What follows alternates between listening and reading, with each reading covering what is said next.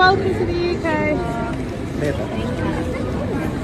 Kim Chu at Paolo Avellino, babe, ang tawagan sa isa't isa.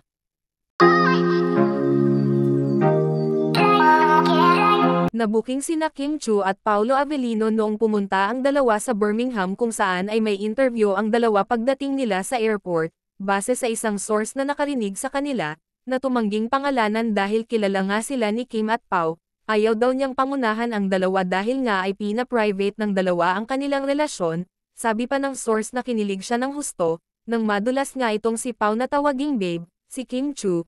Napalingon nga ng bigla si Kim kung may nakarinig kay Pao sa sinabi nito, dahil maraming mga netizens nga ang nakaabang sa dalawa.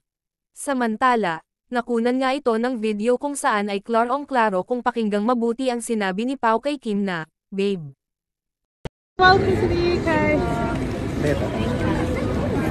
People coming in, it's the UK and welcome to the UK. People coming in, it's the UK and welcome to the UK.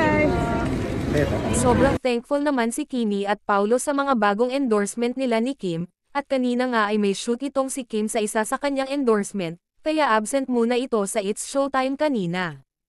Nang ma-interview naman itong ate Lokam ni Kim Chu tungkol sa nag-viral ng tawaging babe, ni Paolo Avellino ang kapatid niya na si Kim Chu, ay halatang kinikilig ito at natatawa na lang sabay sabing masaya siya nakita ko yon, thankful talaga akong makita siyang masaya.